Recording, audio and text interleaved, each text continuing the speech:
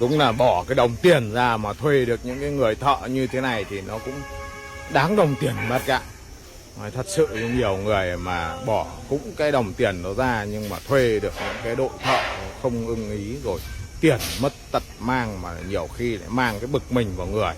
Nhưng mà đúng là cái đội thợ lại làm đẳng cấp đẹp.